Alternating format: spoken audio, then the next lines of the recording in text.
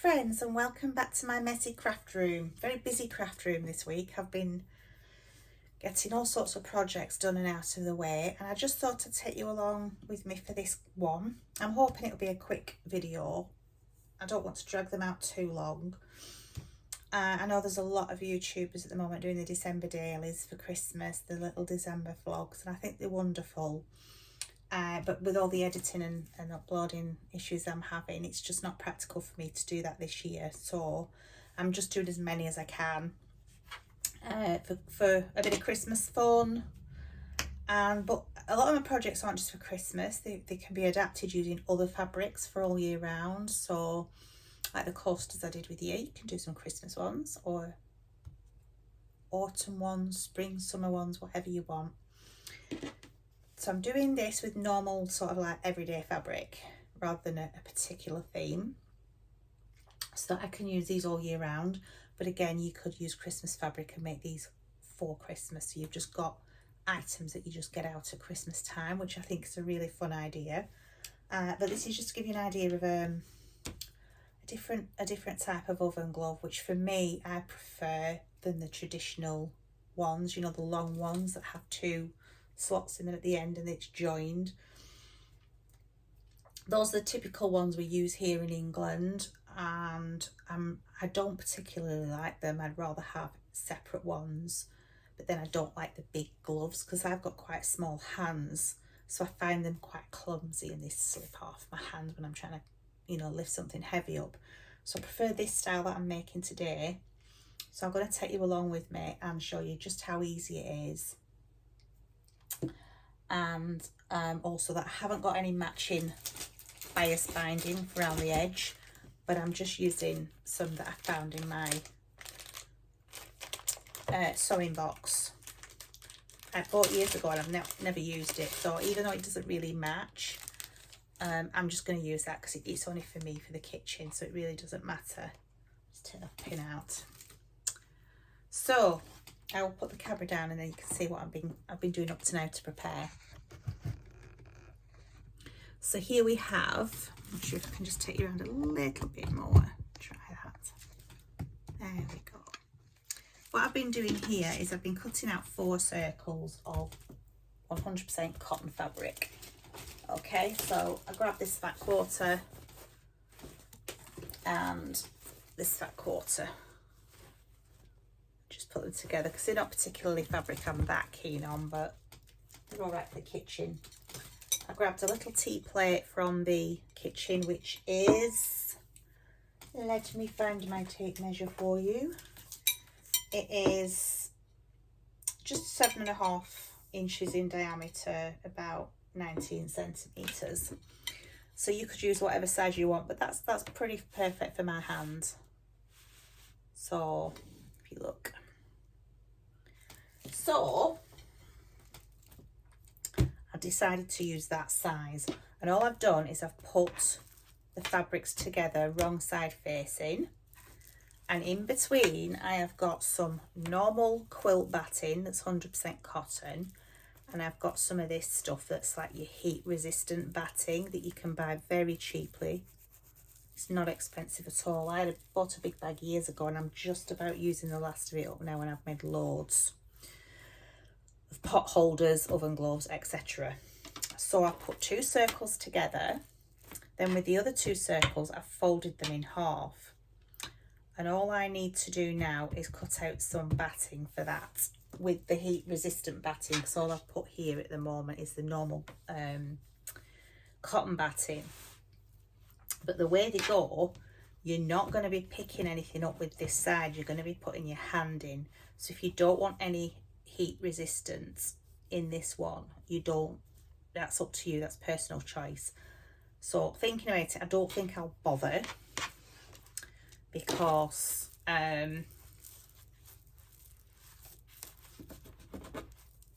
I will just not be picking up anything up with that. I'm only picking up with the bottom bit here, so that's where the extras go in.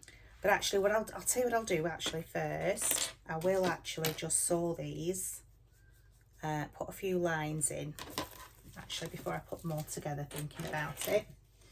I am trying to move ahead too soon. So let's just move that up a bit so you can see what I'm doing. So all I'm going to do is just do lines for speed of video so that you're not kept too long with me. Just use the foot as a guide against the edge of the fabric.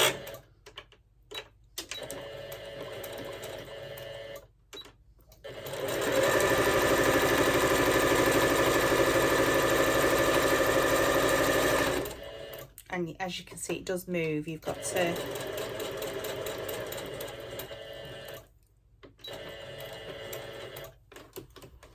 be quite firm with it. Again, I'm going to use this edge of the foot now.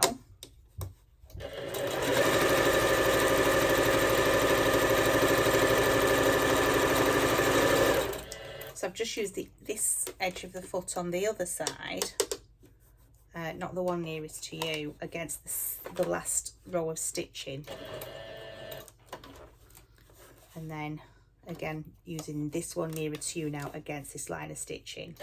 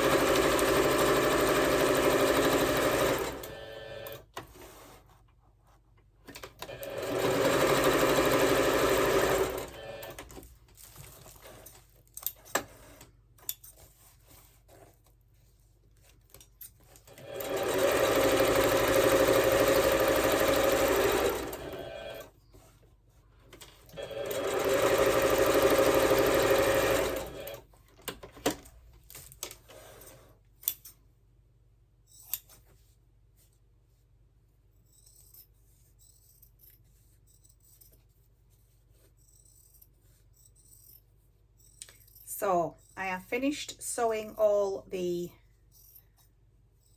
pieces now, quilted them into the batting so that it's all those layers are nicely put together now. I don't know if you can pick that up on camera, those lines. Oh yeah, you can just see that now, can't you? So all that's done now. I just skip that for you because I didn't want you to get, you know, bored just watching me going in lines after lines after lines, rows after rows after rows. So we're just going to trim this now. Just going to make sure I'm not getting too close to that edge. Just, that's perfect. Just trying to tidy those edges up now, as you can see. making sure I'm not getting too close to the fabric. Don't want the fabric getting cut, but we do want those edges tidy, don't we? Just brilliant. Get that away. And then I did the circle as well, a full circle, as you can see. And we don't have to be too precise with anything with this job, apart from just trying to line it up as best you can. And then again, just tidying these edges, because we don't want too much bulk in that bias binding. Now, I normally with projects that are just straight lines, I will just use any strips of fabric to go around the edges, but with circles, it really is wise to use bias binding if you can. Now, you can get it very inexpensively, or you can make your own from strips of fabric, but you have to cut those strips out on the diagonal. So it does take quite a lot of fabric to make your own. But I have done that for quilts before today. When I've been making quilts and I've wanted the binding to match the quilt, you know, as in using the same fabric, the same patterns, I have been known to make my own binding. But with being quilts, even though I'm going around four corners, what I tend to do is just cut like jelly strips, if you will, and do it that way. I'm just trying to tidy up all these little edges now where the batting is sticking out, and we can trim some of those threads as well while we're at it to tidy it all up. And then we shall go around with the bias binding when I figure out what I've done with it. There it is. Ooh. So I'm going to just pin it there, like so, or clip it, whatever's best for you. And I'm just going to go round and round and round like this, and I will measure the circumference. You do it whatever way works best for you, but I always find doing it this way for me tends to work. I'm cutting quite a lot more off than I need to make sure. I've cut about 3 inches, 2.5 to 3 inches more than I actually need, just to make sure I have got enough. Got to just tidy those edges up a little bit more that I've missed. And then all we're going to do is, which way do we want it? That way, because that way is directional, isn't it? That one. So all I'm going to do now all those pieces are sewn together, let's get these measured up properly, lined up. They're not going to match exactly because I've cut them out by hand, but we can do our very, very best, can't we? Let's just put that down a little bit more. And then let's get this on here. Oh, that is actually not bad to say I've cut them all out by hand separately. Not bad at all. Let's get these clips on because it's a bit thick, is this, for the pins. And like I said, my quilting pins are blunt. I need to get some more, but I have had them a lot of years. Right, so all I'm going to do, this is the bias binding with 2 edges folded in. That's how it's been, that's come from the shops, okay? So what I'm going to do is I'm going to put this edge along here, fold it over, and then do that edge along the other side, okay? So this down the middle here will be over the edge here. So we're going to start, I'm not starting right at the end either here, because we need this to be loose to tuck the other end in. And that is how I'm going to go around there. And I'm going to take my time because it's not easy. In fact, do I want to go around the other way? Yes, I do. I think I will do it this way at this end, and then go, because I'm sewing that way, aren't I? Let's just leave a little bit extra. I'm going to start here, leaving this bit here loose. Let's bring the sewing machine back. I'm going to make myself a little sewing mat as well for my sewing machine when I'm moving it around on my table. So let's start here and then over there with that. Do you think that'd probably work better? I think it will. You hold there. There, right, I'm going to sew this now while it's in place. It can be fiddly because like when I make my own bias binding, I make it a lot wider than this. This bought one is quite narrow, and that doesn't help when you just don't want it to be fiddly like that, but it's all good. It's just taking your time to get it as you want it. I'm going to go as close to this inner edge as I can.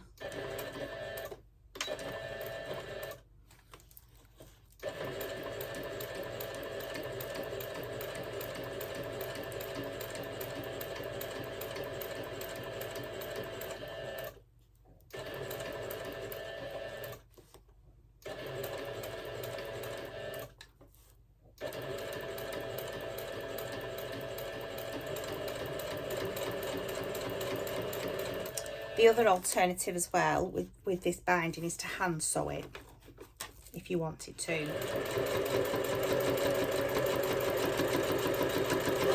I quite like hand sewing the binding. Oh.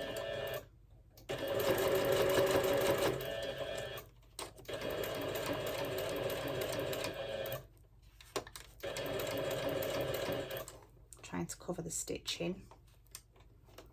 Come on. I've just got it a little crease there, but not to worry. I won't notice it when I'm picking hot pans up out of the oven, will I?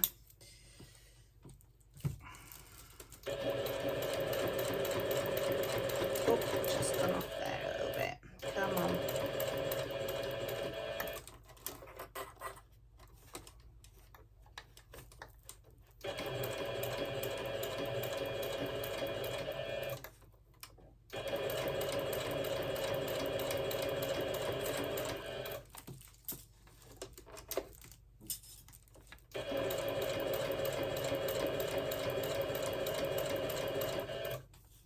It looks like it's folding up again here, but I'm not going to worry.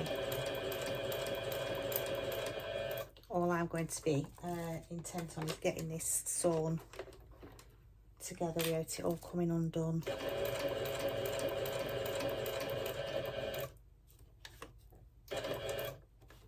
Come on.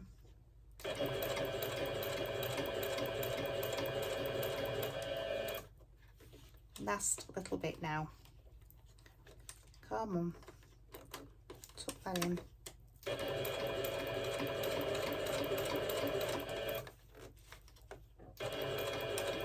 I do much prefer binding that's a lot wider than this. I'm not a big fan of this narrower binding. It's okay.